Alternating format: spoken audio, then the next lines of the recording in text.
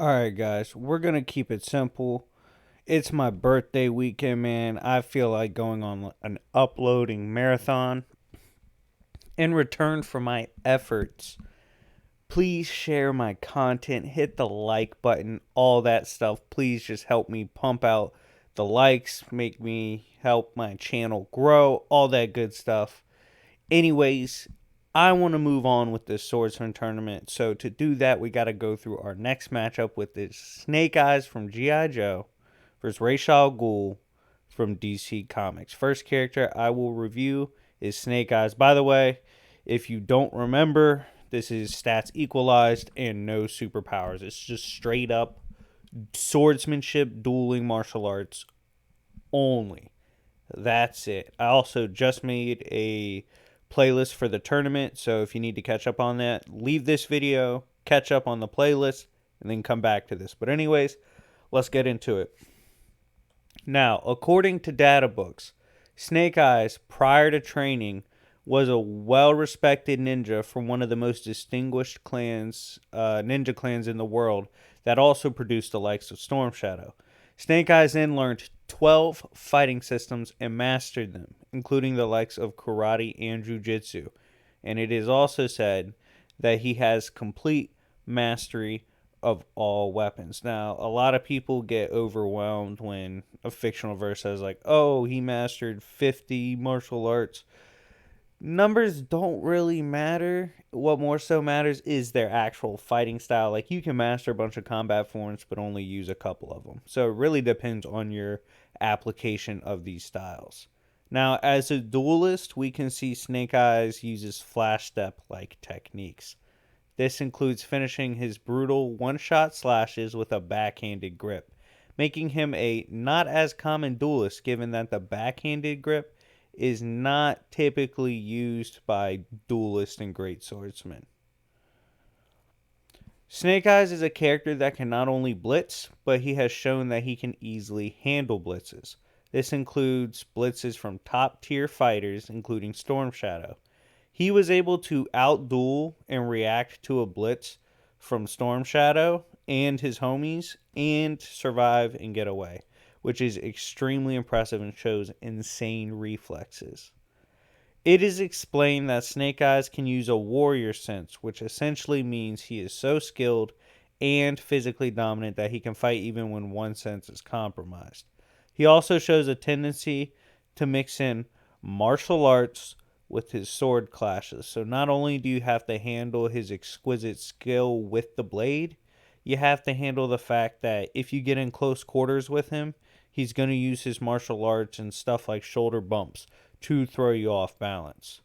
Snake Eyes has shown he can outduel even faster foes. This includes metahumans like Slice and Dice. He had to go up against these, used his agility and physical blows to make himself a versatile swordsman, and he basically made himself an actual living weapon, utilizing leaps, flips, and heavy kicks. Snake Eyes has also shown he can switch to a two blade style and continue to use a fluid, rapid fighting style just as successfully. Snake Eyes loves to close distance and overwhelm with technical, fast slashes. He also shows he is liable to throw a sword accurately if need be. This makes him dangerous from not just up close, but from distance. One of his cooler moments, Snake Eyes showed he was such a talented fighter that he elected to duel a room full of ninja with only a knife. In this fight, he showed a few different named stances that were lethal, 1 to 2 blow counter strike methods. The Master Observing stated he had never felt any kind of chi like that before from a fighter, and this isn't really a superpower thing, it's more so just his balance and power as a duelist. And he stated that if it was to fight, it would be over quickly. And despite him only using a knife against long weapons and better weapons, Snake Eyes would have absolutely slaughtered the ninja. Snake Eyes is consistently one of the most accomplished athletic style duelist in fiction, those fighters that use leaping as duelists. He's one of the better ones. He even blitzed a Transformer character and used his acrobatics to tag them in the eye and use his backhand form to do the damage to the eye. So yeah, that's it for Snake Eyes. But moving on, we got Ra's al Ghul. Ra's al Ghul is one of the most notorious villains in DC Comics. He is extremely old and is the leader of the League of Assassins, or formidable assassin group in DC Comics. Ra's has over 700 years of life experience. Now, this is important because we can assume lowballing at least 650 plus years of this was done in combat settings. So he should be able to apply at least 650 years of combat experience and bring that to the table. He has, and we're going to go over a few of these matchups, gone toe to toe before with Batman in sword fights and duels. Batman has mastered over 120 martial arts and is one of the most celebrated duelists and martial artists in all of DC Comics. And the fact that Ra's al Ghul is at least his equal most times is crazy. In Batman Chalice, we can note that in combat, Ra's often prefers to keep it simple. This includes using one-shot, mid-level strikes in order to literally cut his foes in half and keep it moving. It's nothing crazy, but it's fast and lethal. Ra's is an accomplished martial artist and has even casually put Nightwing in a grip, some kind of wrist lock that rendered him completely helpless. Ra's was capable of KOing Azrael. This is actually very impressive given that Israel is a high tier martial artist. Ra's has casually outdueled his daughter before, who had killing intent.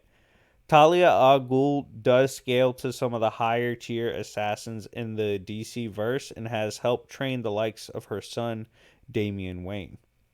This is one of the crazier feats he has. Ra's has once pulled up on Wonder Woman with dual blades. At the rate of his blows and his style, Wonder Woman actually said he was like a mortal put on Earth by the god of war, Ares himself. This is absolutely insane because we know Ares is one of the most skilled characters in fiction, period. Wonder Woman also elects to eventually disarm her shield and fight Ra's al Ghul, who has the two blades out, and he starts getting faster and actually draws blood first.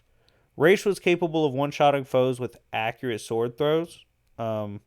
Ra's multiple times has brawled with Batman. We've already reviewed one or two of these matchups. This includes landing sword strikes in these matchups and landing blows on Batman. He also showed in this clash that he will use the butt of his sword as a physical weapon. So he will strike, glide past you, and hit you in the back of the neck with his the hilt of his blade.